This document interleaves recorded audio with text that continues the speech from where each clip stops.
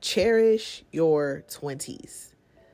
If you're in college, or if you're building a business, or if you just, are working and you are working towards some goals, stay focused. Whether you are a female or a male, stay focused, because when I tell you the enemy will plant things in your path to kill, steal, and destroy you, to delay you, God has brought you here, put you here on this earth for a particular purpose, for a reason.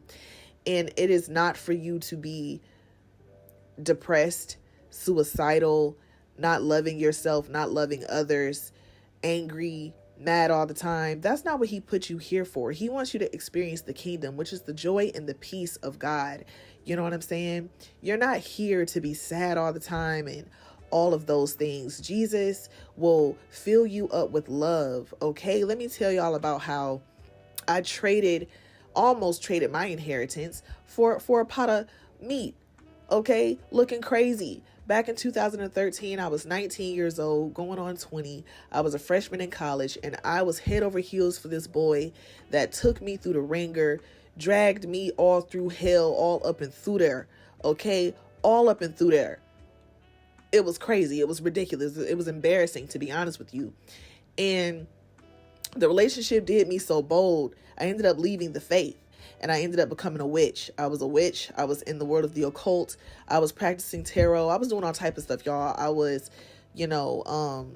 just, so sexually corrupt, all kinds of things.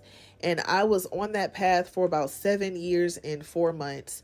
And I ended up having an encounter with Christ twice. The second one, it resulted in me repenting and giving my life to him. And it's been the best decision I've ever made in my entire life.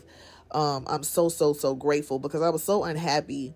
There had got to a point where it seemed like I had some type of peace because I had chosen this Buddhist / Hinduist / whatever type of lifestyle that I was living in. I thought that the meditation was helping me and the yoga was helping me. But when situations would happen, I would learn that I was not as healed as I thought I was. And I was starting to question things. 2020, I feel like that was the year that God used to sit everybody down. And I definitely had to sit down and question myself and really ask myself, girl, do you know where you're going for real? Are you really walking in purpose? I've always been a purpose-driven person. I always knew that I was here for a reason. I've always had a desire to want to help people, to inspire people, and to pull the greatness out of people. But I was not able to pull the greatness out of myself. And I learned that it wasn't meant for me to do it. God wanted to work through me.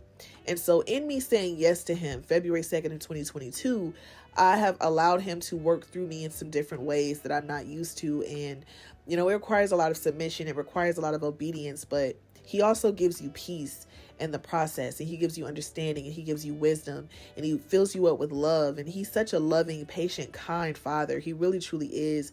I'm really so grateful that he sent his only begotten son into the world to be an atonement for our sins, that all who believe on him will have eternal life and be risen up on the last day. I'm really grateful for that, because I would not have any eternal rest for my soul had I kept going on the path that I was going. It's beyond just this physical world and you just die and nothing happens. Like, it's beyond that. Like, he wants you to be with him.